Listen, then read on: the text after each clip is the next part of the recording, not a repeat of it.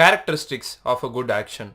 In this lecture, I will instruct you on the characteristics of a good action, that is, what makes a good action better. Since I show projects only for the purpose of teaching, and I haven't shown how a really good Google action should be, I thought of adding this lecture, which will help in building a way better voice action by having very simple and easy additions. First, expect variations. Think of all possible invocations a person might give and prepare the action to respond to all those invocations. Though Dialogflow has agent training, there is a limit to which it can detect similar invocations. So give as many sample uses expressions as possible. Failure intents. Prepare failure intents and reprompts across all through the action so that whenever something goes wrong, user might not feel lost. The worst thing that the action can do is close abruptly on a wrong reply from the user. Help intents.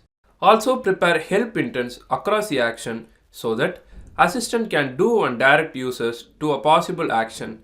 Help intents are so crucial that in voice assistant like Alexa, they are mandatory. Replay intents. Give provision to the user for replaying content. One cannot expect the user to 100% focused on what our Google action is speaking out all the time. Use user data. Get the user data from previous invocations and store them as caches to make the future invocations friendlier. This we learned how to do, and you would have felt how easy it was. So add them to your actions. Compatibility. Make the action compatible across all Google devices with and without display screens.